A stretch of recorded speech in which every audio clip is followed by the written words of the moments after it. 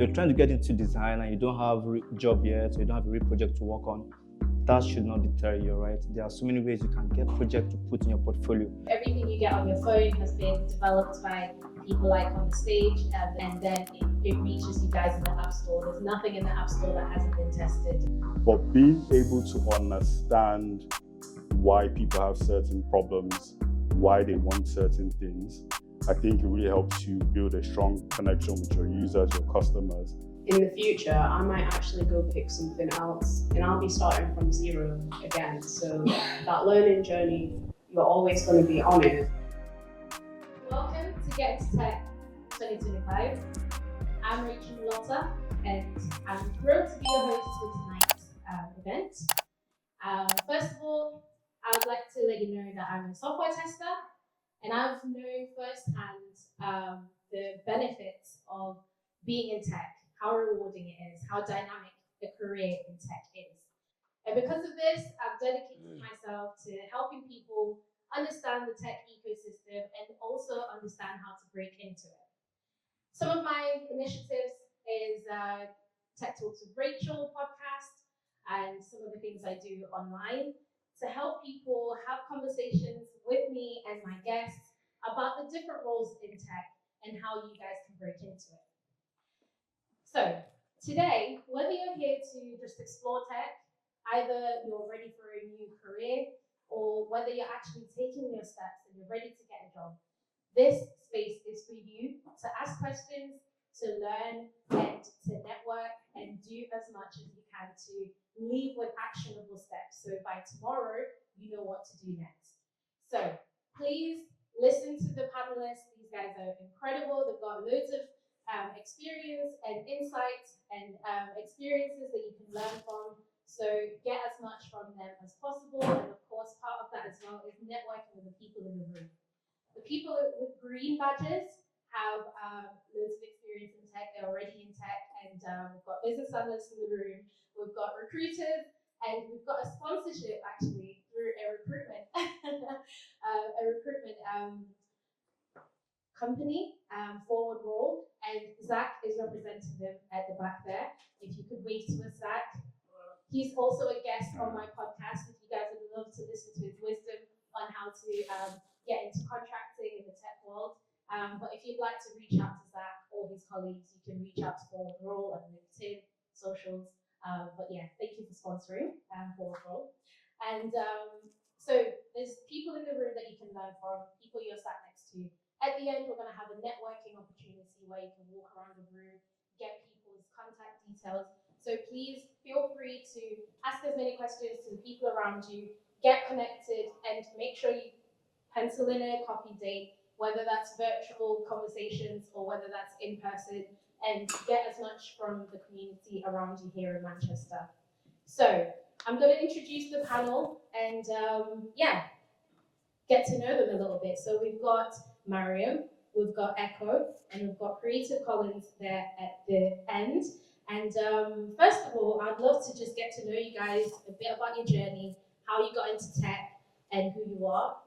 So if we start with yourself, Mariam, what kind of journey have you gone into? How did you become a software engineer? So Mariam's a software engineer.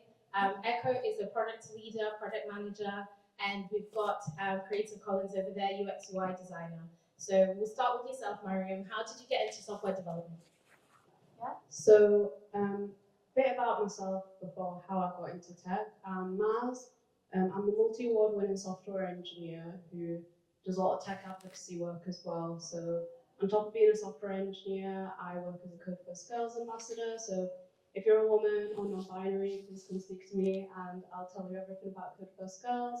And I do a lot of public speaking at universities about the mistakes I made as a software engineer, because it's not always easy, and that's also included speaking internationally.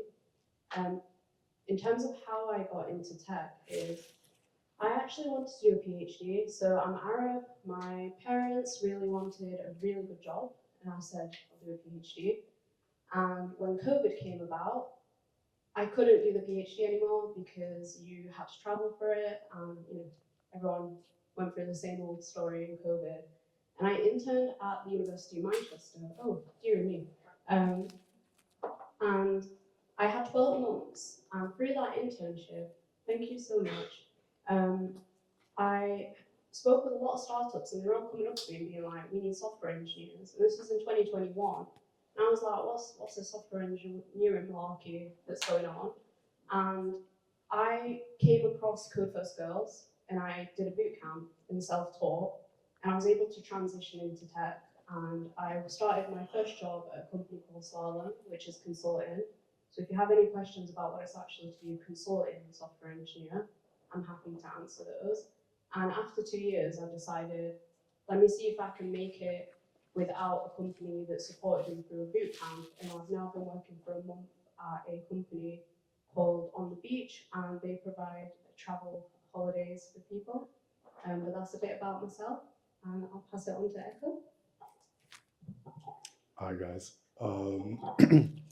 So my name is Echo if you're not Nigerian, and my name is Eko if you're Nigerian. And so I describe myself in a couple of ways. So I'm a software engineer, I'm also a product person, and I have started a couple of companies.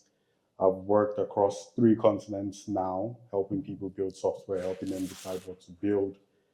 And how I got into like product, which is what I do now, is I used to be a software engineer for a long time, and I was actually quite good at it.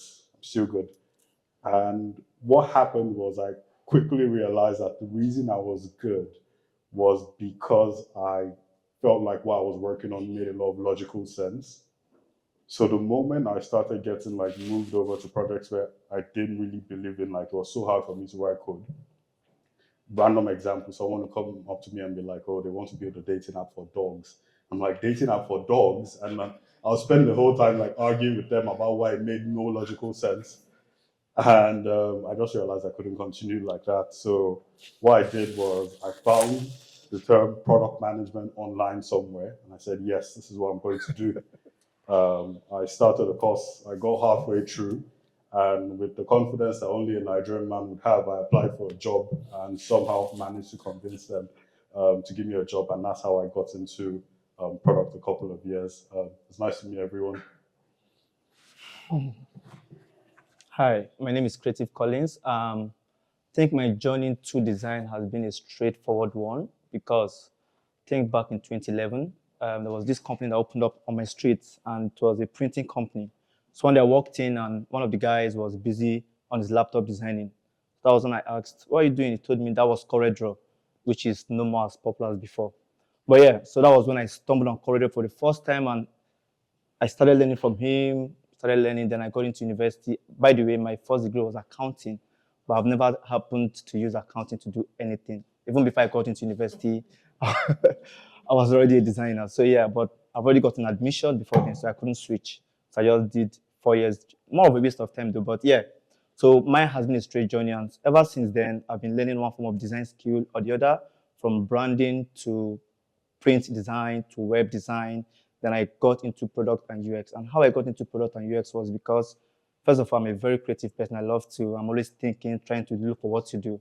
I have quite a number of startups myself. So yeah, I had this idea on an app, a website, on to do some things. And I was thinking, how can I convince people to buy into this idea? How can I share this idea with people?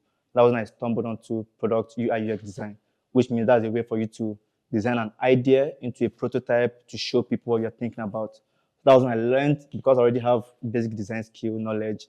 I learned all I need to do was just pick the app, which was Figma, taught myself how to use it using YouTube and other courses, learned how to use it, built my first project using Figma. And after I did that, it was so good, then I started selling the skill to other people.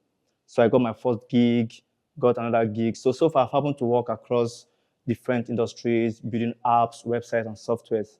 And currently I'm working with ES Profiler, which is a UK startup, and it happens to be that we are among the 1% of the top startups in the UK. So, and I'm helping them build the software. And so far, so good. I think it's safe to say I enjoy what I do. It's rewarding, it's fun, it's impactful. And yeah, so if you think about getting into tech, I think you should consider design. Thank you. As you can see, guys, they've got a wealth of experience. But one thing I'd love to point out is this is just a drop in the ocean in the tech world. So we've got so many disciplines for you guys to explore. So don't take this as an expansive research if you're new to tech, because there's so many different roles. But what we will try and do is try and cover transferable skills. So myself, I'm a software tester, and that just is basically Echo talked about being a developer. And when you develop a product and Collins has designed it and things like that, I will then go and test it, make sure it's fit for purpose. So that means does it do what it says on the tin?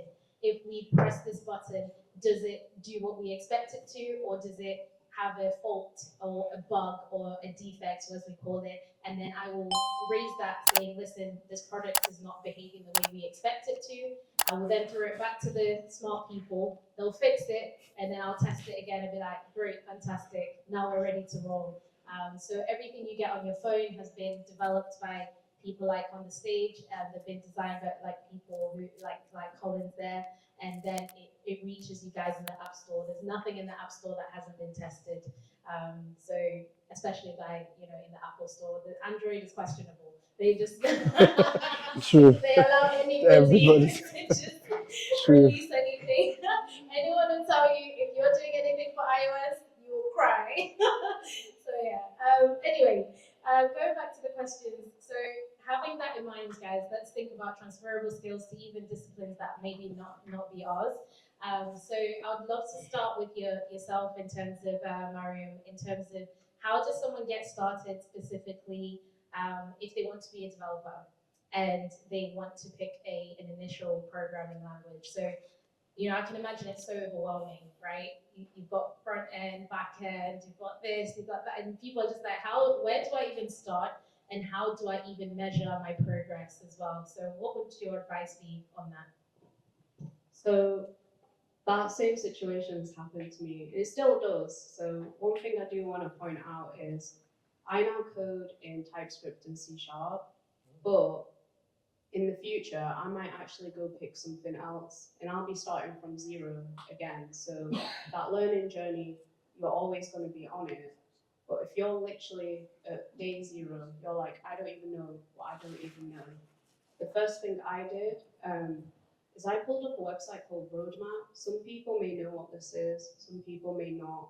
And what roadmap.sh is, if you put it on a search engine like Google, it should come up, is it has a comprehensive list of every single language that you can code in, every type of developer that you can be. So front end, which is you work on the websites, full stack will be the website, the back end, which does the logic, which actually sends the data across to be used on websites and apps. It even covers stuff like game designers, UI, UX, and it's a really comprehensive curriculum where you could just look at it and be like, okay, I need to first understand. So if you want to be a front end engineer, you might go on front end and you see it and you'll say, okay, I need to understand how the internet works first. Once you tick that one off, it keeps going. And I started off with that, but even then I actually didn't know what I liked to do.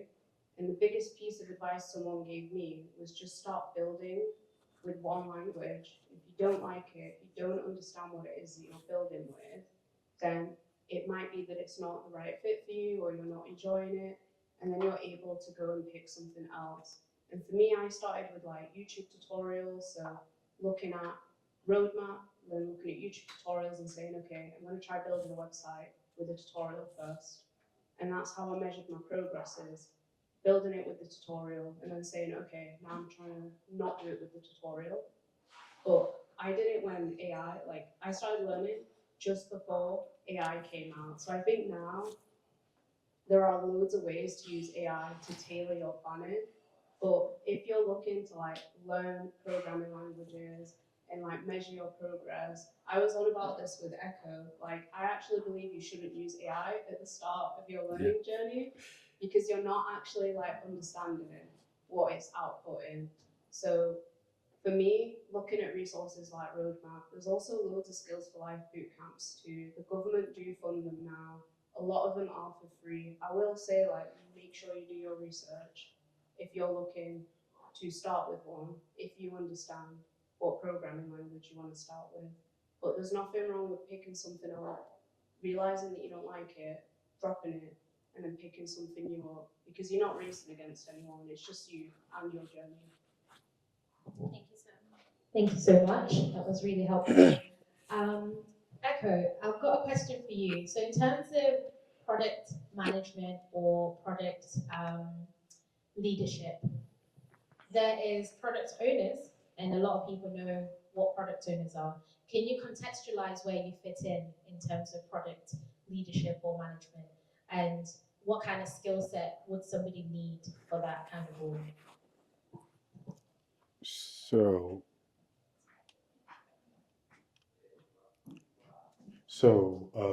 Because I've been doing this for a bit now, I've sort of gotten to the point where I have a more strategic role rather than doing the day-to-day stuff. But how I'll sort of describe it is, for a product manager, you're concerned about the vision. Like, take the iPhone, for example. Why should the iPhone exist?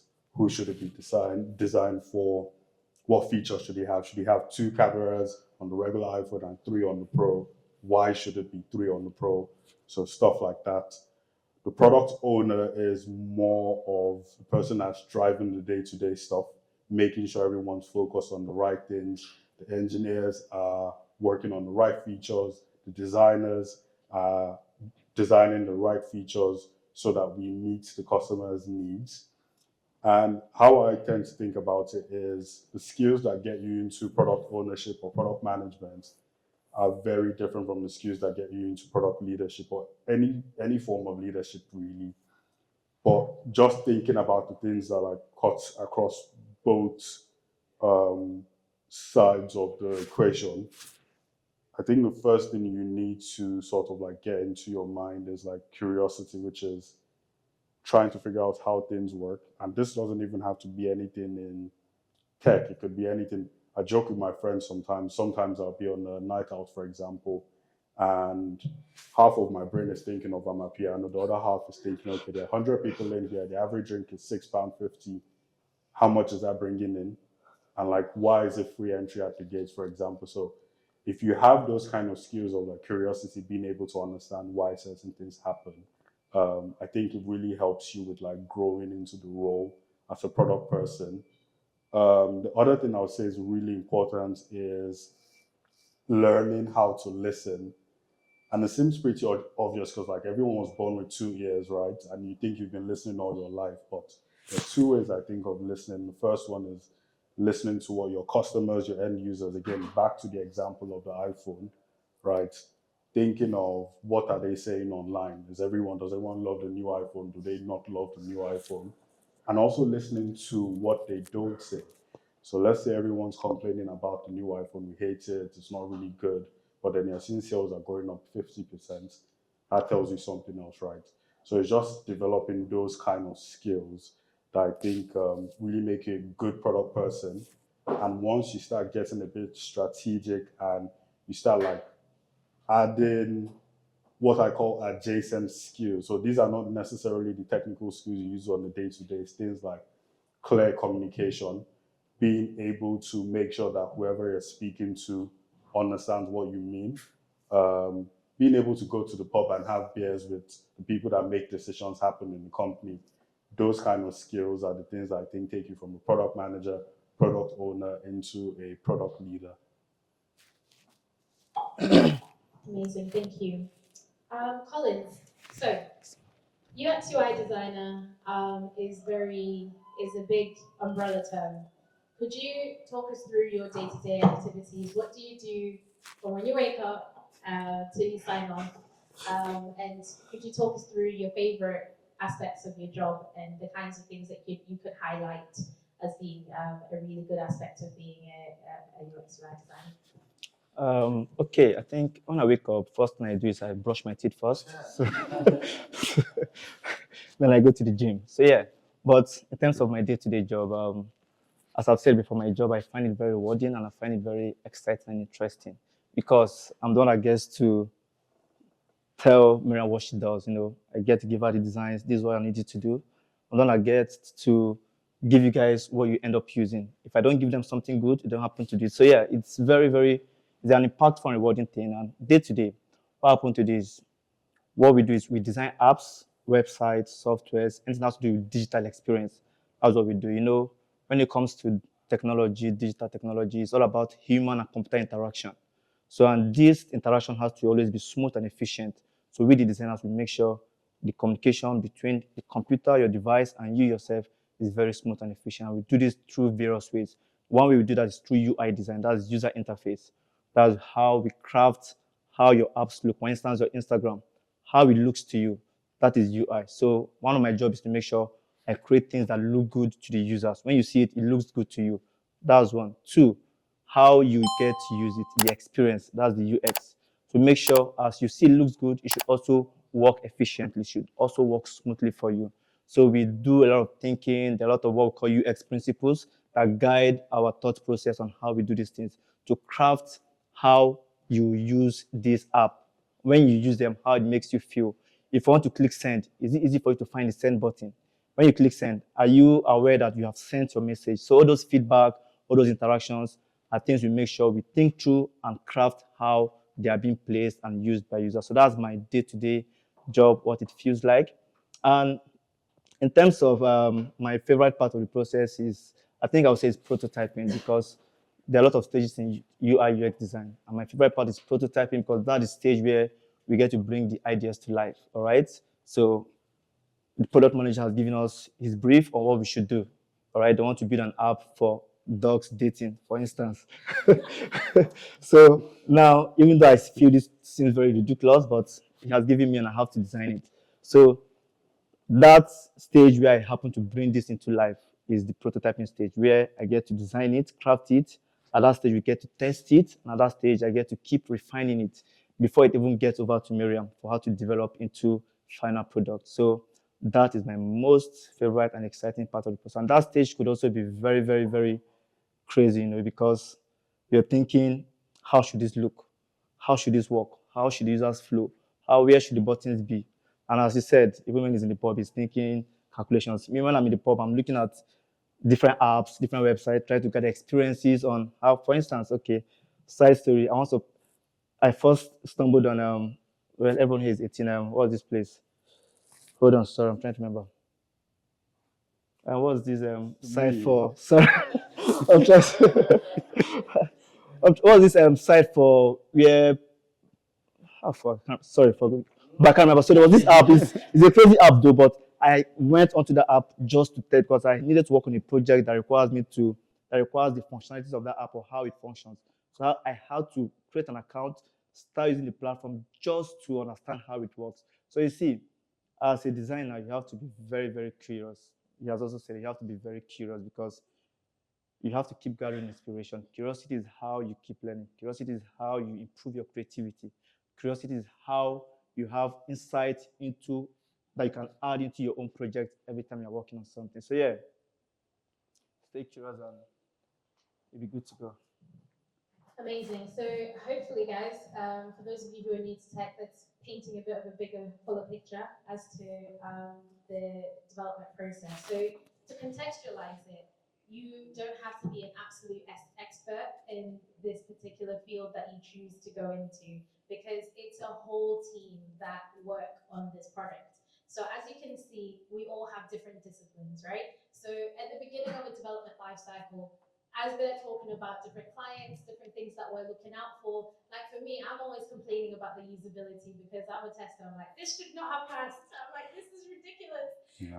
But for example, even here where we are, this is a co-working space. They'll have an application to run this place, for example. So the owner of this building or this business will probably be like, hey, I want an app that makes it easy for my people to get a membership, come here and book for venue, hire like this event here tonight, and they'll go to a product owner or product leader and be like, hey, we want to develop an application. And then that's where the process starts and that's where the vision is. And people like Echo, Collins have to understand the client's vision. And then people like Mariam will then go and code it. And I always say developers are like builders. They're the ones actually doing the dirty work. They're laying on the bricks, putting on the concrete, making everything look great. And then I walk in And I'm like, that brick that doesn't look good. You need to do it again. So that's where I walk in and I try and inspect Marion's work and make sure that the client, when they walk into that application, that figurative building, they're going to be like, wow, this is amazing, we love it, and then any problem tickets, we manage them after deployment. So hopefully that's making contextual sense in terms of how applications are built from start to finish. So I just want to go back to yourself, Mariam, and ask, in terms of any challenges that you may face, because I know you're pretty still early on in your career, what kind of challenges have you faced and maybe would anticipate other developers to face as they go through their career, and how do you manage that? Oh my god, I could list like so many. And what I say, I don't want it to like put people off thinking about pursuing a technical career. So if you're thinking about coding, you're thinking about DevOps, QA, so testing. People say it, and I didn't really deep it until like last week, and I was like, oh my god, if I'm an engineer, I just always have to learn. The biggest thing I struggled with in my first year was I was not okay with the fact that I was the stupidest person in the room. But that's actually a good thing now. I try to be the dumbest person in the room now, because if you are in a technical job, I'm like not the smartest engineer. Like I talk about this all the time. I sometimes have no clue what's going on with the code or what's going on with the stuff I have to implement. But what I can do is look at the problem that we're solving, or how does this benefit the business. So when you're in a room or you're in a team of people who are smarter than you learn so much. And that was something that was quite challenging to me at the start. Is I came from a job where I was like ready to do a PhD, so I knew like the topic area that I really wanted to do. And then when I started this career, and I was like, I'm actually at -5, I'm not even at 0. And then I had to learn and grow. That process is challenging. And like, if you ask anyone who is technical, non-technical as well in product, the fact that you always have to learn, it can sometimes be really off-putting for people, but that's the beauty of tech, and that's why I love it. Is I want my brain to stay healthy when I'm 70. I want to problem solve. I love being challenged, and I see that as a positive. The other thing that I struggle with is speaking up as well.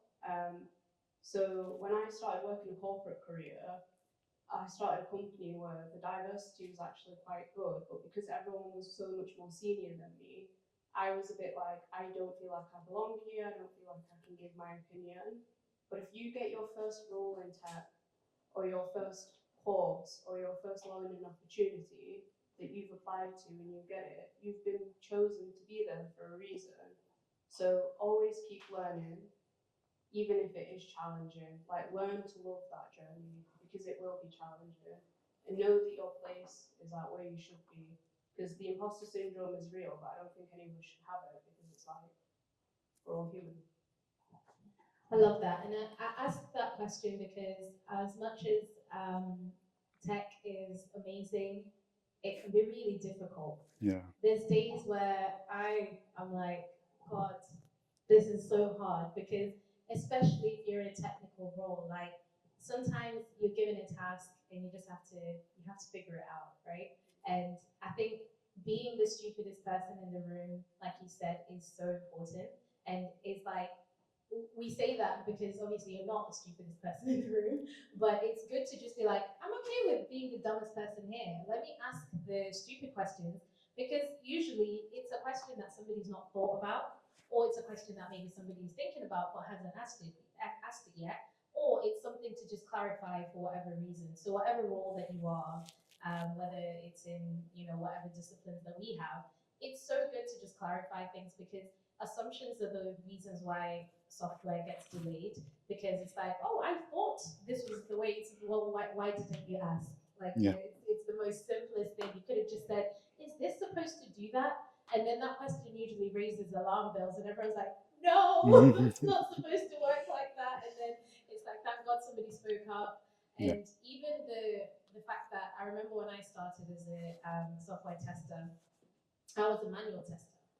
And for the longest time, I couldn't read unit testing, integrations. I was like, what is this gibberish? What is this code? Like, I could only click a couple of buttons and, kind of test that way. But when I sat down and I was like, I want to be uncomfortable, and I'll ask, a developer, hey, can I sit with you and look at this Chinese on the screen? Like, what's going on? And I would literally be like, I'm so lost. But then the conversations of like, I'm willing to be stupid here to just learn, just can accelerate your career significantly. So going to yourself, Echo, for a role that is non-technical, right? And you're dealing with these clients that you need to make happy. And obviously, going back to the imposter syndrome, or maybe just feeling like I'm asking the right questions or whatnot, how do you deal with that? And how do you make sure that you're producing a product that, the client is going to be happy with and that you're proud of as well? Um, so I think that's a very good question for a couple of reasons. One is like when we think about getting into tech or like building anything, we just assume, oh, get an idea, start building it, IPO, be on Forbes 30 under 30. But it doesn't really work that way. And I think one of the things that I've learned is to take my ego out of the way. So I know it's not about me, it's about the end user, who the customer is. And I mean, I think that has brought amazing moments as well as interesting moments. Sometimes, yeah, you get on a call to talk about software, and then someone is telling you about their ex who just left them, and very, very interesting. But like, it's one of the things that you take into consideration. I think if you take your ego out of the way, you get in a good position. If you learn how to understand why people have certain problems and why they want certain features out of the phone you're building or the app you're building, it really helps. And I think a good way to explain this is, I don't know who has like little cousins or kids here, right? Sometimes they'll like come up to you and then they'll say, can you give me some sweets, please? And then the logical thing is I give them sweets, right? And then they come back 20 minutes later on and they ask you for more sweets. A good product person would ask why, and then you hear something like, well, because I need something to chew. And then you ask why again, and they say, well, because I'm hungry. And so you've gotten to the actual root of the problem, and then you can give them jollof or whatever, like just to make them happy, right? But being able to understand why people have certain problems, why they want certain things, I think it really helps you build a strong connection with your users, your customers, and help solve their problems. I think the final thing that I think like everyone should know is like thinking about the end goal. It doesn't matter like the rough patches. I mean, you've mentioned a couple of them that you may have. I promise you, there's almost nothing like seeing your product being used in the wild when you remember that, oh, I was in my room somewhere where I was like jumping on 5 meetings a week to solve this. And then you're somewhere in Piccadilly and someone is using an app you built. I promise you, there's almost nothing like that. So if you just keep that at the back of your mind, it will help you focus and help you get the right problem solved for your end users and customers. Yeah, sometimes I think when you're in app development, you forget that you're actually doing it for the real people out there, like real world people are gonna use your application, right? I was so surprised when I was working for a medical tech company and there was like 80-year-old grandmas that their lives were being saved by the application that I was testing. Exactly. Like I was in my office doing blood pressure, like ECG, like on my chest, like all these things.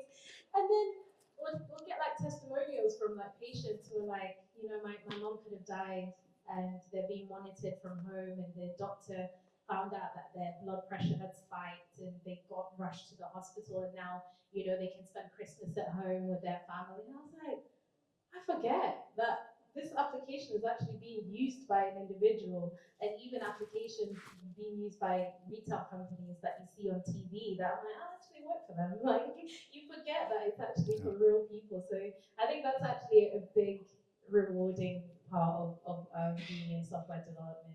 And then it actually is sad when a project gets cancelled Yeah. and you've worked on it for months. Yeah. And you're like, no one's going to see this. Yeah. Yeah. That's probably one of the biggest pains of my life. I was Yeah. working for Sky, and Sky was like, "Yeah, we're done with this project." This was 8 months in. Ooh. I was like, so for 8 months, I did nothing, with my life. Yeah. But yeah, get ready for that, guys. When you get into tech, you don't know what's going to be released. Yeah. Collins, Yeah. I wanted to ask, in terms of getting into such a creative side of tech, how does somebody actually build a portfolio? Because I can imagine that would be a big barrier for someone who everyone's like, have you got work experience? Like, no, I need a job now. Like, I don't have work experience. So how do I build a portfolio without having a job? Okay, I think I'll start by saying, first of all, you should know that a great UX design work is not just about it looking good, all right? It's about you solving the right problem the simplest way possible, all right? So if you're trying to get into design and you don't have a job yet, or you don't have a real project to work on, that should not deter you, right? There are so many ways you can get projects to put in your portfolio. The beauty about the UX design field is no one is asking you for certificate basically. All they want to do is they want to see what you can do. And portfolio is a good way to show what you can do.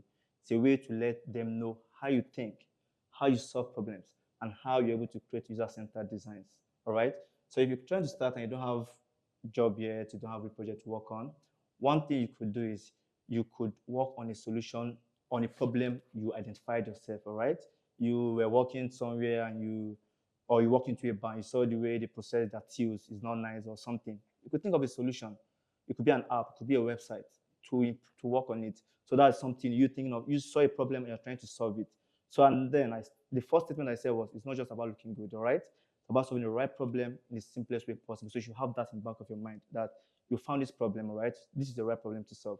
Try to solve it the simplest way you can, all right? Not just it looking good. So that's one way you can get a project to put in your portfolio. Another way is to redesign existing solutions. Now, I teach design, all right? And I always tell my students, don't redesign it exactly as it is. Try to do some improvement to it. Improvement could be in the form of you want to change how it looks, you want it to look better. Improvement could be that you want to add a new feature to this app.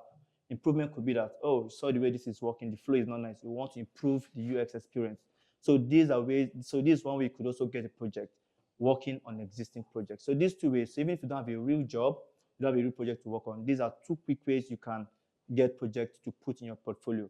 The third way is you could work on open source projects. Maybe you have a friend or you have a family that has an idea. Hey, let me work on the design for you. And if they happen to go live, that's something huge on your portfolio. And even if it doesn't go live, you already have something to put in your portfolio. All right. So these are three good ways you can get work in your portfolio. And when it comes to creating your portfolio, I'll give you 3 or 4 quick tips on what you can do. First of all, you need to focus on quality instead of quantity. Because as I've said, your portfolio is how you showing what you can do, you showing your skills, you showing how you think. All right. And it's good to make sure what you're putting in there is of high quality. It's better to have 3 well-documented projects in your portfolio than to have 10 shallow projects. So focus on the quality of your portfolio. 2, you should also try to make sure you use storytelling formats. All right. Don't just put you did this, you did that, you did this. No, say it in a story. You identify this problem, this was your thinking process, all right? And by telling a story, you're also showing your process on how you did it. Put in your research work, put in your sketches, put in your iterations. So if while you were working, you made mistakes or you did corrections or you changed some things, put it in there. Mistakes happen in design, right? So that way you're showing your process. And the third one I would like to say is when you're creating a portfolio, all right, make sure that what you're putting in there is something that could sell your skill. All right. Resumes, traditional resumes, they only tell what you can do, but portfolios show what you can do. So make sure what you're putting in there is telling the right thing and telling it in a very, very good way. That way, you're able to land good jobs. And I'll tell you a quick story just before I end it. My current job, I never happened to apply for it. The job came to me, and because I have a portfolio I put out there, I'm very active on social media, and this guy reached out to me, we talked, and he was interested in working with me because through my portfolio I had a good portfolio that could sell my skill, And that was how we started talking and I got my job. So take good care of your portfolio and make sure it tells your skill, tells your story very well. Thank you. Thank you so much, Creative Commons. I always get this question in on my social media, and people always ask, "How do I get a job if I don't have any work experience?" Everybody's asking for work experience. How do I break into tech? It's so difficult. Same thing that Collins has mentioned applies to all our disciplines. You can build a portfolio before you actually get a job. GitHub is a really good place if you want to start there. You can start there by building your own projects if you're a developer and putting it on GitHub and allowing people to come and download your project, seeing how you coded your way through either building an application, or you can pull down somebody's project as a tester, test it, add your automation to it, and put it back up and show people how you test applications that are already there, whether that's automation or manual. And if you want to do anything in particular in terms of design and things like that, you can pull somebody's application down, criticize it, and improve it, right? So there's so many ways of actually showing your skills to employers, and the more you do it, the more skill set and the more you can read it, kind of like rework your skill set, rework your CV. Just be like, okay, what do I need to know more? What do I need to learn? Because development, software development is a lifestyle. Tech is a lifestyle. You're constantly growing and learning and doing something every single day to hone in your skills. So please look at it. Don't look at it as like, I'm going to do one boot camp and then I'm in. Yeah, no. I'm learning every, guys, this, even today, I was banging myself on the flipping table because I was like, oh, this is not working. I need to learn this. I need to do that. So even me, I'm learning something every single day. All of these guys, I'm sure you guys are still learning every single day, and we still hit walls, and we're like, oh, God. But that's the beauty of tech, because once you've overcome it, you're like, oh, I did it. And then you go on to the next thing, and then you do it again and do it again. But that's the fun of tech. So as we go through this evening, I just want to remind you guys to like write down any questions that you have for the panelists or myself. Anything in particular that you guys want to dive into, we're going to have like a question and answer section at the end. So please jot down your questions. And if we don't get to it, we will give you guys our contact details anyway at the end, so you can always DM us on LinkedIn or whatnot. So, Mariam, are you the typical developer that sits in the basement, doesn't talk to anyone in the dark, on your hoodie, like you just got a hoodie on, you're like, don't talk to me? No. I introduced, in my previous company, I used to force all my co-workers to go get matcha with me. He's my friend now, but our director of software engineering, he's 40, Pakistani man. You know, he doesn't know what matcha is. And I'd go up to him and be like, oh, do you want to go on a hot girl walk? We'll go get a matcha. This is when hot girl walk was popular, by the way. And he was just like, what is this person that they brought in? Like, what is she doing? I wore an Hermes tie to the office around my head last week, and my co-workers, they're all like, your typical engineers, they were just looking at me like, why is she dressed up? Like, what is she doing?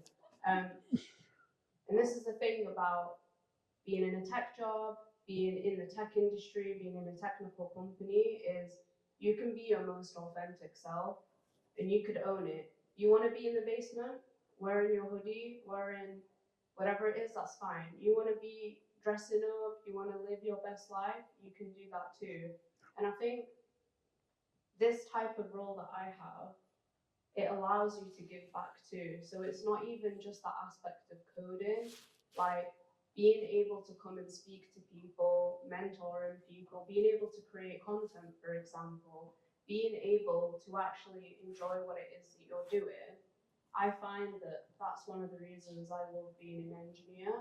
And if you feel like you want to be your most authentic self, I know that for some people, your current workplaces, your current lifestyles may not allow that.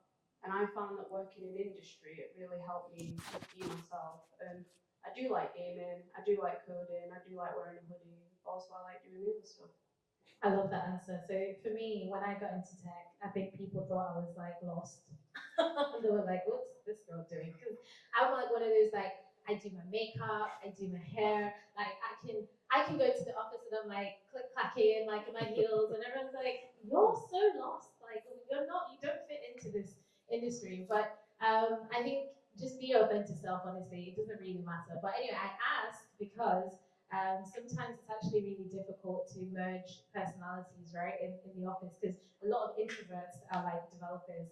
So I'm asking you that because it's like, how do you manage your skills? I guess this isn't completely relevant to you because you're a bit extroverted, I guess, in the office. But how do you find the best way to collaborate with other disciplines in the office? Because it's really important to kind of like collaborate with either not just the testers, or how do you deal with team working and things like that, and how best do you incorporate that into your role?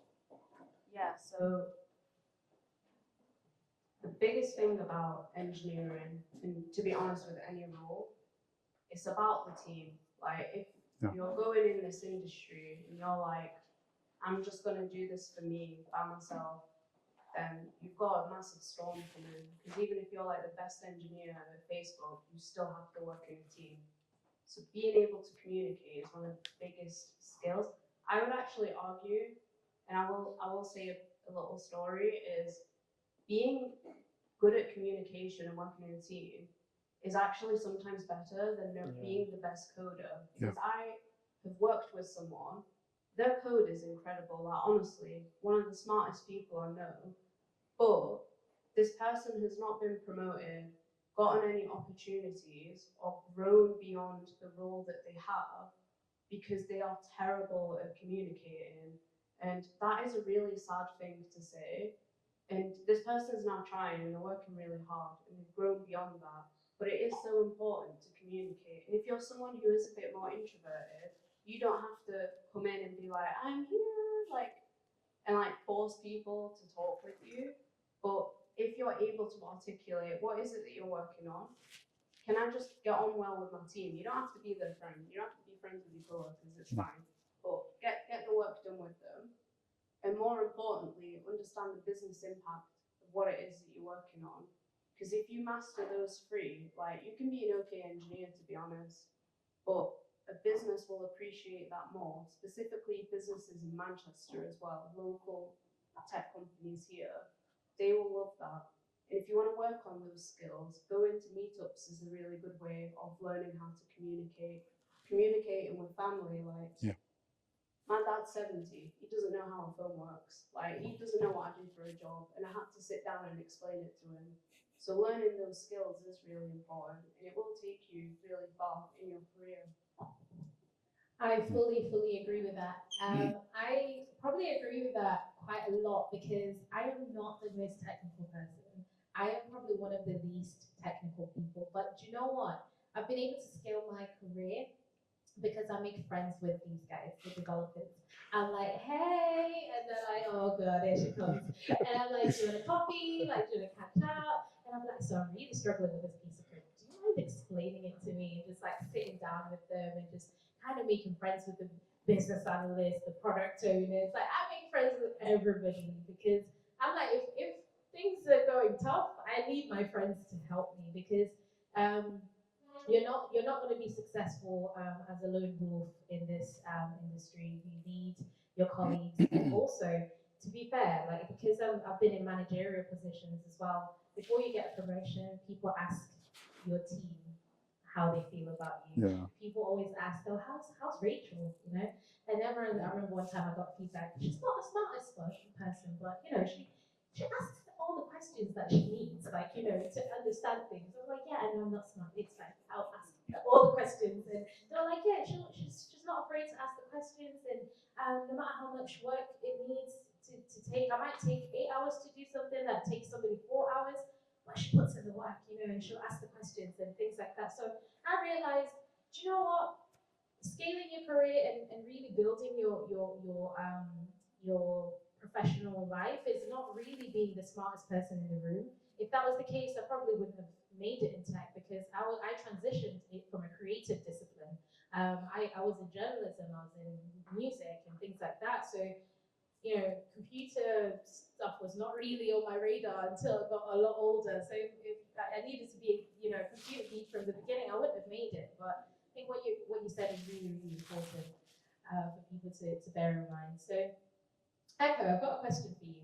Similar to what I asked Creator Collins over there, is more like with product, being a product owner or being a product manager or product leader, you have to be quite developed a lot in your professional career, I assume, in software development, because most times how I've seen people transition into, like, let's say, a product owner role is because they're a subject matter expert. For example, the medical tech company I worked for, I had a product owner that hadn't been a product owner before. And he was a subject matter expert because he worked in the customer service department, helping the products that they had, which was the monitoring patients from home application. So he was able to transition into that product owner role because he was like, I already know the product inside out. So this is what we need from you guys, and this is how it works, right? But how does Joe off the street, who wants to get into being a product owner, who's not a subject matter expert? So a subject matter expert is basically the definition of a SME being, I know everything there is to know about this product. Let's say Instagram, right? Most of us know Instagram inside out. So you'd be able to, if somebody asked you, like, your dad, you were saying doesn't really know much about technical things, you'd be able to be like, so when you click this button, this is what happens. When you do that, this is what happens, and this is what we need now. So you guys can articulate that. But for somebody who knows nothing about products and how do they even step into that kind of role from the beginning? Because there's some people who say, I don't want to test. I don't want to be a developer. I don't want to be an architect. I don't want anything super technical. I want the easy stuff. Give me the business analyst. Give me the product owner. Give me the English, English-based stuff, not the coding, not the numbers and the brackets and the curly brackets. So how do people do that? So I think the easiest way to get into product, if you have no technical experience, is to start from what you know or what you like. And a random example is you really like music, right? And you probably use Spotify a lot. So like Collins has said, like, take the Spotify app, write a case study about it. I really love music. This is the Spotify app. I've been using it for 5 years. This is everything I don't like about it. This is everything I like about it. If I was a product manager at Spotify, this is what I'll add to it. This is what I'll take out. And this is why. Do that for a couple of apps that you like, right? What that does is that it teaches you how to think. It forces you to understand why Spotify does Spotify Wrapped at the end of the year, which is, most people are thinking, is like your Apple Watch thing, right? 10K steps. Feels like accounting scores against yourself, right? You wouldn't stop your subscription in the middle of the year just because at the end of the year you want everyone to know you listen to Ashake, right? So you really need to start from what you know or what you like, reverse engineer everything. Every time when you're going out, when you're paying for something, think, oh, why does PayPal force me to enter my PIN when it's above a certain amount? Why does Apple make the MacBooks look a certain way? So you should just take those things, document it, and possibly even post those things publicly. Yeah. The reason it's important to post publicly is two things. One is, I'm sure a lot of us have been in a situation where we think we know something, but if someone asks you to write it down, it starts to become clear that you don't really know what you're saying. So forcing yourself to write down these ideas, these opinions that you have about the Spotify app, it forces you to think. The second thing it does is it forces you to not embarrass yourself, because there are lots of trolls on the internet. And because you know you don't want to post something that's bad, you do a lot of research, you think about it a lot more. And even if it's not perfect, because no one is going to get it perfect, like, you're forced to learn. You can try to do a course, but I think just doing these two things, getting your hands dirty, would really give you a strong platform to sort of get into that product role.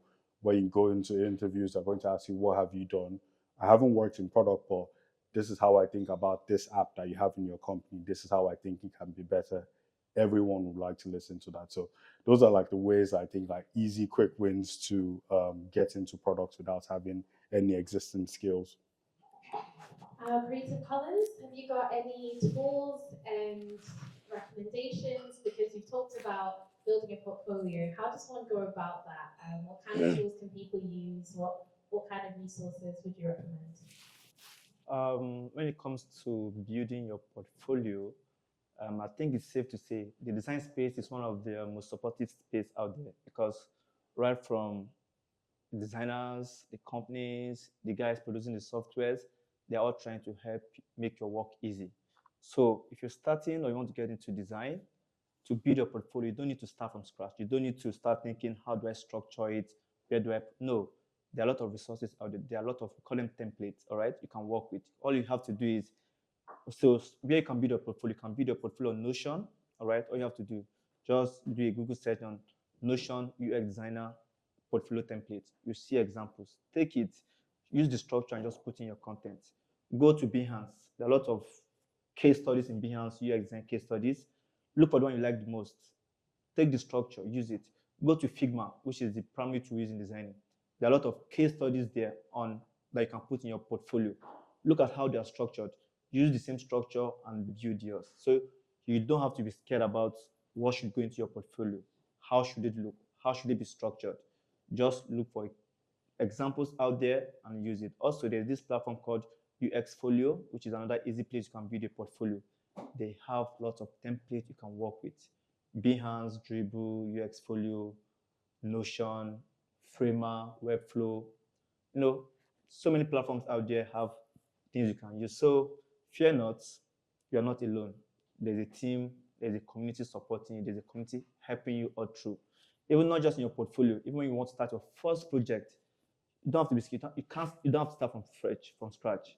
Write on Figma. If you want to design an app for wherever you want to design, just go to Figma, search e-commerce app.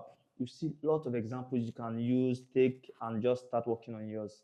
So from there, you keep building, you keep improving, and so on and so forth. So yeah, use any of these platforms out there, take the template, copy the structure, and then replicate it into your own case study and put in your portfolio. Thank you. So we've got two quick fire rounds now. One sentence responses, please. Mariam, what's one thing you'd wish you'd known when you were starting out as a software engineer? Be more audacious. That's what I wish I knew. Lovely, thank you. Echo, how do you keep learning and growing as a product leader in such a fast-paced industry? Try everything you can. Try everything you can, guys. Collins, what's one emerging trend in UX design that excites you, and why should newcomers pay attention to it? That's more than two questions, so that's more than one sentence. Two sentences. All right, so AI. I'll say it's AI. And why is because when I started, there was no AI. My job was difficult. All right. Now there's AI. It's more efficient. I work faster. I work more efficient. So yeah, AI. Okay, starting with you again, Collins. What's the best career advice that you've ever received? Keep learning. Keep improving every day. Because I think everyone has said it. Curiosity is what wins. All right. Just keep learning. 5 minutes every day designing. In 3 months, 6 months, you become an expert. So yeah, just keep learning. Yourself, Echo? I think it's that you can just do things. Can just do things like there's no one stopping you. Just do things. Thank you. Ask for help. I think a lot of engineers don't, and it's like it's okay to ask for help. I'd say my favorite career advice that I'd give anyone is anything is possible. Whatever you want, that's the reality you can create for yourself. Whatever you want. Okay, so we're going to wrap up. Now we're just going to ask, how do we get in contact with you guys? So myself, I am Rachel Mlota, as I said at the beginning. I am a software test engineer. I'm a tech influencer as well. So if you'd like to get in contact with me, you can pull out your phone and find me on LinkedIn. So it's Rachel with an EL, and my last name is Mike Lima Oscar Tango Alpha. So Rachel Mlota throughout TikTok, Instagram, LinkedIn, and YouTube is where you find more conversations like these, as I mentioned at the beginning. So if you want to have more of a deep dive, if you're doing a bit more research in different roles of tech, you can find more conversations on my YouTube channel. Mariam, how do we get in contact with you? So Mariam Hussein on LinkedIn, and I do have a TikTok account called Mazzilio, Mazzilio. That is centered around like the reality of working in tech and also some lifestyle stuff. But TikTok and LinkedIn, and yeah, if you need like to add me, like I'm always happy to add like the networking event as well. It's Eko Adetolani, that's EKO, and Adetolani is spelled how it's pronounced. So you can find me on LinkedIn. I'm off Instagram at the moment, but I'm on Medium. So I write a lot of random ideas. So if you think you're really interested in like random ideas, things that are a bit different, then you can usually find me on LinkedIn as well. Mine, if you go to creativecollins.cc, that's my website, portfolio. So there you find link to every other place, LinkedIn, my newsletters. We write about design, learning design, and growing or thriving as a designer. Everything you find, just go to creativecollins.cc. All my links are there. Thank you guys so much for your wisdom and your knowledge and sharing. Hopefully you guys found that useful. If you'd like to contact these guys, as I said, please get in contact, and myself, you know where to find me. So now we're going to open the floor to the audience for any questions that you guys may have. No question is a stupid question, so please feel free to ask away. And if we don't get to your question and you want to address it to somebody, just you've got our contact, so you can DM us. But we will try our best to cover everybody's questions. So we've got a question. Do we have a runner? I don't know if we have like a mic runner. David. So that we can get the other. Thank you, David. So we've got a question over there.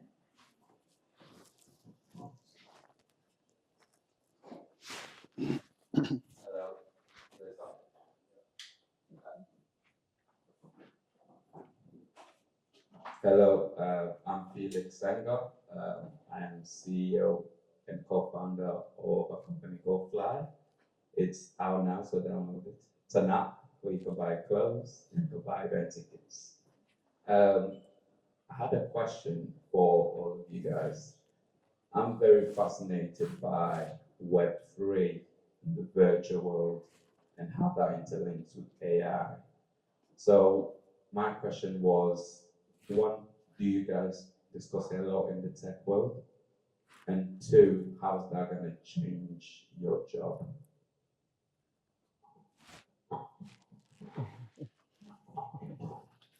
All right. I think Zainab asked me, Zainab here, I met her earlier. She asked me a similar question about AI, if I feel threatened by AI or anything. Currently, in my role, I don't feel threatened at all. I think, as I've said earlier, AI is going to make my job easier, better, but it can never replace my job. And in terms of Web3 as a whole, my company, for instance, based on what we do, Web3 is not an option for us to delve into, but in terms of the use of AI, we are really implementing some AI features into our software and how, to give our customers a better experience. So yeah, AI, although it's threatening, all right, but there's some roles, or there's very important roles it can't take away. All it can do is make the people more efficient, make you more productive, and even make you look like a better professional. So yeah. Just before I answer, I think I'll give some context on Web3 for everyone. So Web3 is, so there's this ideology that the web we're using now, the version we're using now is Web2, which is the websites, all of that. and Web3 is what has come after. So cryptocurrency, Bitcoin, NFTs, all of that. You may have seen that during the pandemic. And so what I think about Web3 is there's sort of two sides of it. One is the hype side, which is no real value behind it. Personal opinion is that NFT falls on that end. But there's also the other half, which is where there's true value that can actually disrupt um, how things work. And a good example is what we call stable coins. So stable coins are digital versions of existing currency. So you can have a £1 as a stable coin, but the difference is you don't need a bank and you can move it from one form to another. So a good use case of this is there are some countries where they don't have a very developed banking system. Stable coins can be used to send them aid during epidemics or floods or things like that because it's so fast and there's no real barrier to like sending that money over. So like I said, there's the hype side, which is like NFTs and some other things. And then I think there's a lot of value as well when you think of stable coins and some other parts of Web3. I think so. Web3, I've seen the hype side a lot, and I think with AI, it's more accessible because we can actually get to it. Like I'm not buying Dogecoin on wherever you get it, right? Yeah. So I think we can conceptualize AI really well because we can touch it, we can use it, we can see what it does. My opinion as an engineer with AI is, we talked about this, I think there will be a rift with AI. So you'll have companies like Meta, OpenAI, DeepSeek. They're playing that game, right? But then in my previous role as a consultant, I've consulted for companies that still use Excel sheets, and they're like £1 billion business.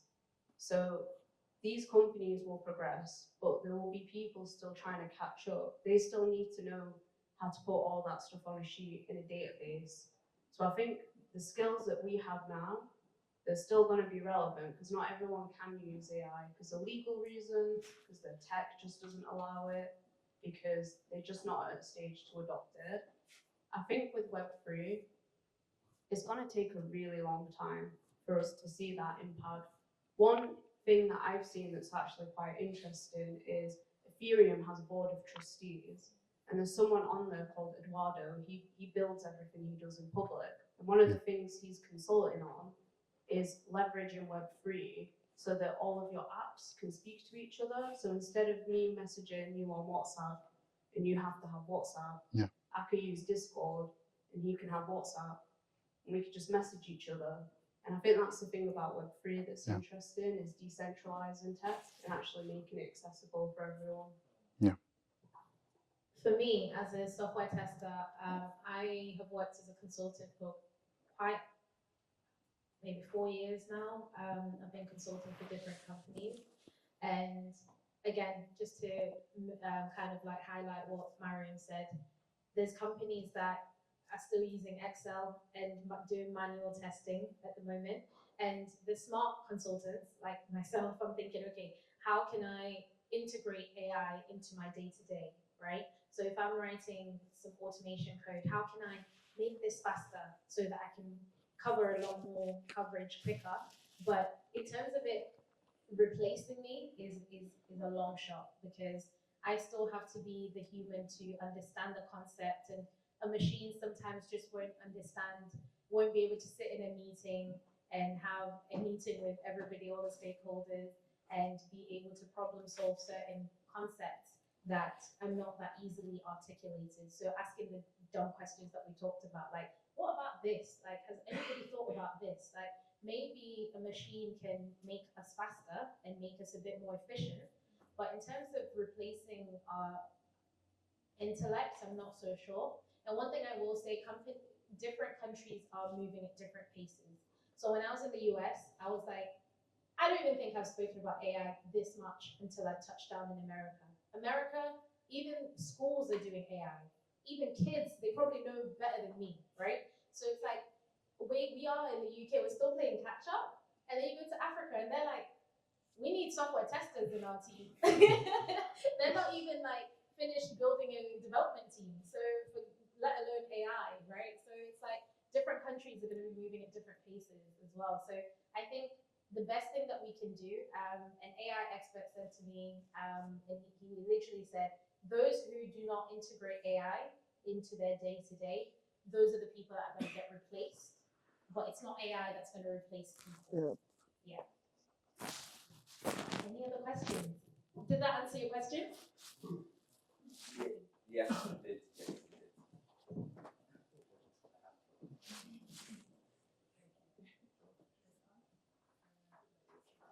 Hello? Hiya. I have a question about moving laterally into tech because I think there might be a few other people in this room, just like me, where you spent some time going down a particular career path. You want to move and you're not in a position to really take a step back. Essentially, the motion isn't really on the table in that same way. So, is there something that you've seen as a quality, or have you seen anyone do a lateral move particularly well? And if so, what was it that they did?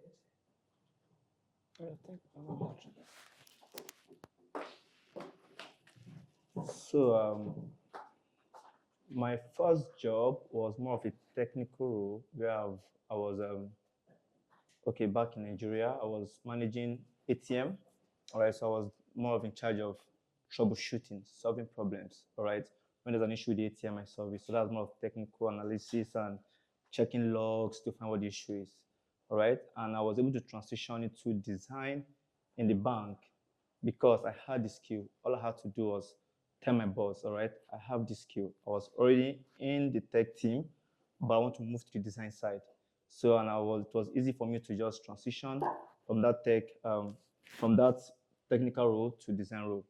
So I don't know what do you do currently, please, if I may ask? Right now, I am a market research consultant. All right, and what role are you considering? I'm into mine, so I know closest is UX research because it's a bit of what I do now, but it'd be more so going to a pure UX role. But really, I probably want to move a bit closer to UX design. It's just a bit more of a jump.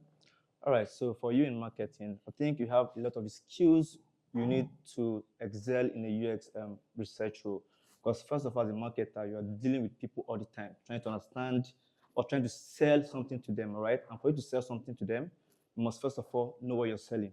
They must know what you think they need, all right? And in UX, what we do basically is trying to understand what we think the people need, what we think their pain points are, and then translating those things into design. And before we can translate into design, we need the UX guys to talk to these guys. What do you need? What's the problem? Do market research. Okay? You are in a place where you can easily transition. Your skills are very, very transferable as a marketer. So right now, I can say you have communication skills, which is very, very needed in design. You have research skills, all right? And I can say you have analysis skills because these are core aspects of UX research. So I don't think you have anything to worry about. What you should do more is think when you're ready to make the move. Start learning the skills you need in UX. Start transferring these skills into UX, all right? And then create a portfolio for yourself, and hopefully someone calls you out and give you a job. Yeah. Thank you. Can I answer that again? I'd like to offer some advice in terms of so what's your role in marketing? I'm a research consultant, so I conduct the research. Okay. Okay, I'm not too familiar with marketing and how it works, but one thing that I would advise is maybe find a role within a tech company within marketing, right? And then position yourself. For example, the medical tech company I worked for, there was somebody who was a nurse, and she went to a company work do thing where we're just having drinks or whatever, and they were like, we got on the topic of pay, even though you're not supposed to in these company meetings. And they're like, oh, how much do you get paid? They were like, what? You know, there's a lot of money in tech. I've been wanting to get into it, and I'd love to basically scale up my income. And I was like, cool, well, the earning potential is really promising in tech compared to other industries.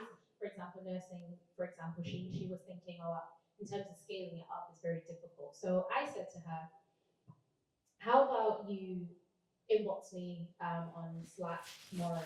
So she messaged me and she said, hey, can we continue that conversation?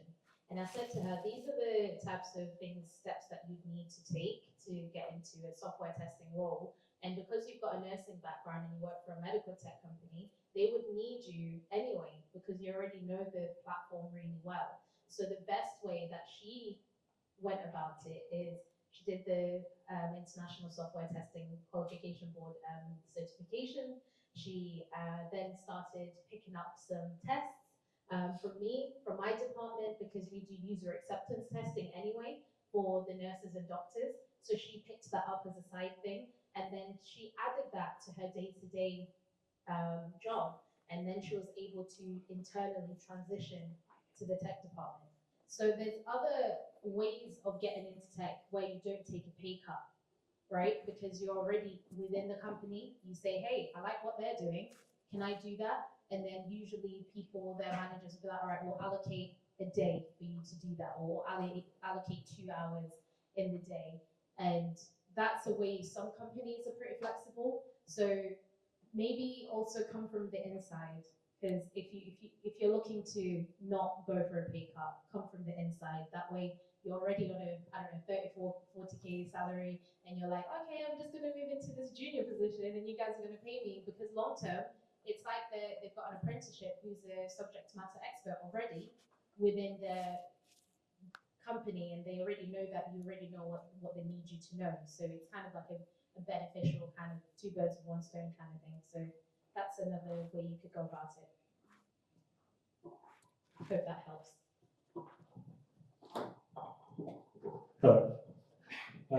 What is all of yours best tech hack that us might not know about? So, like an example is mine, I'll only buy flights on incognito. So, have you guys got anything that we might not know from working tech? This isn't working from tech actually. I don't know if you guys know what AliExpress is, but my brother will buy stuff on there in incognito mode because you get the welcome deal.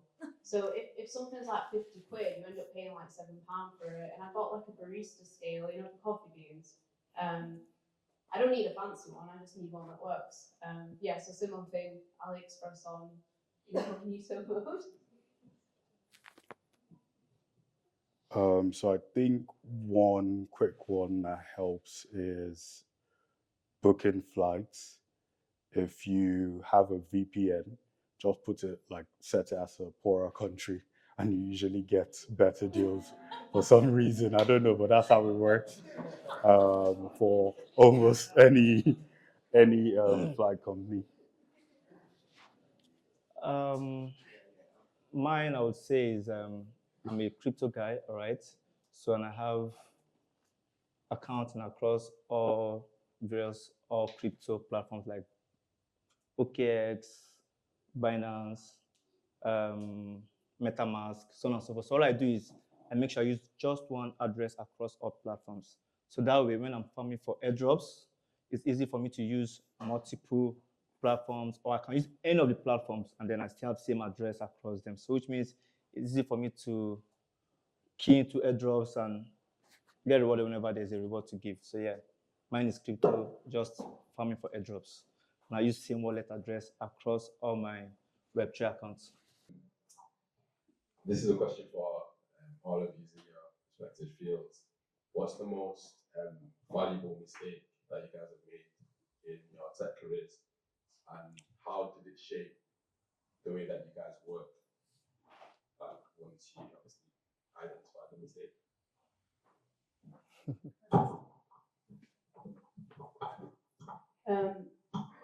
So what I do now is I over communicate. The reason because is when I picked up, so when you work as a software engineer, you'll pick up tickets. What a ticket is it's basically your task. So it might tell you to build a feature, fix a bug, there's a lot of different tickets. And the first one that I picked up, I actually cried because I was like, I don't know what I'm supposed to do, and I spent a whole day trying to figure out what it was that I was supposed to do. And if when I picked it up, I just said, "Oh, hey, like I need help," I would have saved myself like the trauma of crying for like 2 hours. And now I try to over communicate to people who are more junior to me to say, "This is how we do stuff. This is how you should be thinking about solving it." I won't give them the answer, but also let people know who are more senior to me when I'm struggling, when I need help, because that's all that matters, to be honest, is being supported by the team. So I'll start with the mistake, and that's really just thinking like you could just like raw dog your career, which is just like keep working hard forever and like hope you grow one day. The hack around that is there are a couple of hacks, but like one really quick one is to find what you call a sponsor. And how I describe it is, has everyone seen Lion King here? You know when like Rafiki like, yeah, so Rafiki in that position is what you call a sponsor. And like he's lifting Simba up so like everyone can see Simba. So that's what a sponsor can do for you. So this is ideally someone that's more ahead in their career than you are, someone who cares about your development and growth. Thirdly, this is someone that's willing to mention your name in rooms that you're not in, because those rooms exist when they discuss promotions, when they discuss funding your startup, when they discuss making moves to different departments, like you said. Um, it really matters having that sponsor. Sometimes you look at someone and you think you're on the same level, but they've got secret hands just, yeah, so find a sponsor. I would say mine was early in my career. I was focusing too much on how my design looks. All right, I was focusing too much on the aesthetics, but then it's beyond that. All right, it's also about how it feels when people use it. So I would say I learned that in a hard way, kind of, because that's the worst critic I've ever gotten on a project. All right, because when I delivered the project, first of all, I focused much on the UI. Then two, I didn't bother testing. All right. So I just designed and delivered. And that was just so not good. And ever since then, I think I got to realize that design is not just about how it looks, it's about how people use it. And to achieve that, you need to what we call being empathetic, all right? You need to understand your users and what they need. And also you need to always test what you've designed. Test how it looks, test how it feels. That way, you just get to always make sure there's a good balance between the UI and the UX. So yeah. So my biggest mistake is I am competitive. I'm very, very competitive. From when I was in school, I wanted to be the best at everything. And when I first started my career in tech, I wanted to prove a point because I wasn't technical. I didn't come from a computer background or technical background. So I was like, I'm excellent and everybody would know that I'm great at this job. And unfortunately, because I'm a software tester, I'm always going to find the faults. I'm always going to be like, oh, you didn't do this very well. There's a bug, or there's a defect here. There's this fault here that you need to fix. And I used to look at it as like, aha, I found a bug. And I used to be like, yes, I'm really destroying this code. I'm really destroying this page. And I made enemies. Some developers didn't like me because I was really overcompensating to really prove how amazing I was. And I forgot that it's a teamwork, and I forgot that someone's got feelings. Like, they've worked so hard on this project, and you're just tearing it apart in the worst way, just to prove that you're the best employee on the team. So I think just echoing what we were talking about before, it's teamwork, and if you find bugs, you find errors in the design, you find errors in the code, you find things are areas of improvement. I think the best way now that I communicate it is, hey, I've logged a ticket on this, and if they disagree that it's a bug, I'll be like, hey, should we jump on a call? Maybe we can just clarify the requirements with like either PO or a VA or something.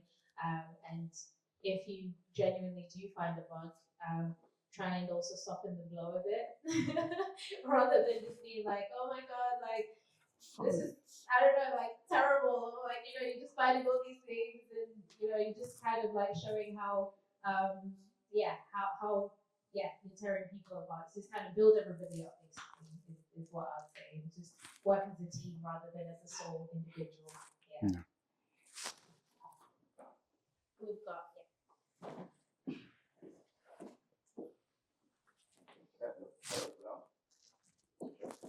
Hello. Thank you very much. It's been very insightful. My name is Blaze, co-founder of Fly. Down there.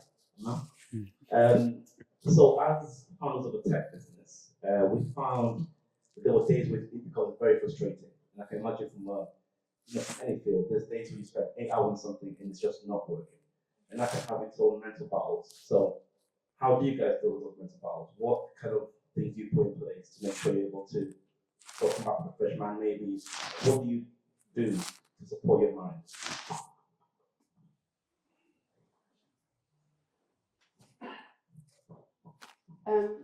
I just walk away from it. So my mentor, he's a brilliant man. Like, he's been in the tech industry in Manchester for over 25 years, and he used to be my boss at my previous company, and he just once sat me down and he was like, do you want to, we had a PlayStation 5 in our office. He was like, let's just go play PlayStation 5, get your mind off it. And he was like, go home early, and come back the next day, because rest, honestly, I think as engineers as well, like, rest does a lot of good for the problem solving. Because sometimes when you look at a problem and you've looked at it for 8 hours, whether that's a technical problem or a different kind of problem that you're solving, taking a break and doing something else to engage other parts of your brain creatively or even resting, and then when you come back to it the next day, you're actually like, oh, this isn't as hard as I thought it'd be, or you see how to solve it in a different way. But yeah, taking a step back is always fine, in my opinion. Yes, so I mean, Miriam already mentioned rest. I think another thing I've found that's really helped, because I did startups as well, it's pattern matching. It sounds like a really crazy concept, but I find that sometimes you're doing something that's totally different, gives you ideas on something to do on like what you're working on. And it's very unrelated in the way that you can't connect the dots. You can't plan for it to happen. So I think if you're having that kind of a day, just go do something else, rest, like Miriam has said, but also just find things that are related but are different. Sometimes you get ideas from that. For me, I love to play a lot, all right? So that's how I just escape the craziness of being a designer. I love to play. So almost every day after work, I'm either out with my friends, go to the pub, go to the lounge, just and make sure good time is part of my routine every week, if not every day. Just it helps me cool off, helps me come back every day with a fresh mind. And also talking about stepping away or looking for patterns and things. Recently, I think last year, December, my boss gave me a task to do, a project, and I just completed that project last week. Now, I didn't complete it because it was just, I didn't know what to do. Like, the brief was there, it was clear enough. I've had several conversations with him, but I just didn't know what to do. I just left it, but I didn't leave it there. What I did was, each time I reread the brief, go through the brief, look for things that could give me inspirations, talk to teammates, so on and so forth. And then just last week, I was having another conversation on that same project with a teammate. And at that point, the ideas came to me, like started coming. And what I left for several months, I did it in a few hours, completed the whole task. So yeah, at times just leave it, do other stuff. Doing other stuff can give you ideas on what you need to do. And then once you feel you're ready to work on this, when you feel you are loaded enough with ideas and inspiration, jump on it. You see, you have fresh mindset, fresh perspectives to just deal with it. Also download the flyer. I would say my piece of advice would be it's really good to have mentors. So I remember not long ago, actually, probably 2019, spent some time in Jersey with my cousin, And I remember being there. He's a CEO, and I'm a very young mini CEO. And I remember just looking at him and he woke up really early, 5 in the morning. We had agreed the night before when we were having wine to get up at 5 together. I didn't, but he woke up on time. And just that example of a person to emulate, for me, really gives me a lot of inspiration and a lot of fire. So, for example, whenever I'm around people who do well in the industry, or even in kind of like similar disciplines where I can gain advice or sit down and have a chat with somebody, that alone, a conversation alone, can change my perspective on things. So yes, I'm a software tester, but I'm also a founder as well of my own company, and I'm also trying to navigate so many different aspects of life. So you have to also think about who is the best mentor for me, who is the best person to help me through this problem, right? Because sometimes you can face a problem in your company to do with your employees. So you need somebody who knows how to deal with that. Yeah. If you have a problem that's technical, or whatever the products that you have, that you're selling something, you need someone who knows how to deal with that. So you need a multifaceted mentor or partners within the industry, or people who you can communicate to, and they know it's transactional. They know that you'll contact them for something, you give them something back in terms of like whether they need something as your other expertise or whatever. And that's absolutely fine. Everybody knows there's those professional relationships that you just contact each other when you need each other. But having those people there, knowing that when Rachel's calling me for this, I know she needs me, and vice versa. When this person's calling me for this, I turn up for them, right? So having those kind of people there, I think that would be my 2 cents of just like, hey, can we chat about this? I'm really struggling with this solution. Can you help me? I found that really helps me in most times. So we're about to wrap up. We've got networking next, and I would really love it if you guys could really mix and speak to people who you haven't come with. If you come with somebody, don't speak to them, speak to somebody else. Ask questions if you want to get into tech. And you want to find people who are in tech, they will have the green badge. So approach people with the green badge, and if you've got anybody that you want to get their contact details, please make sure you try and grab them before you leave. I hope today was super helpful for you guys. So we'll have about 30 minutes for networking, and yeah, hopefully you guys will leave with actionable steps, like I said at the beginning. But please don't just scurry away. We've got pizzas, we've got some food in the corner as well. Grab yourself a drink and network with as many people as you can, because I guess your net worth is your network, right? Yeah. So, so thank you guys for coming. Really appreciate you guys being attentive and engaging with us. And Mariam, Echo, Creative Colin, thank you so much for your knowledge and expertise. Thank you guys, and hopefully we'll see you in the next one. Have a good evening. Thanks. Thank you.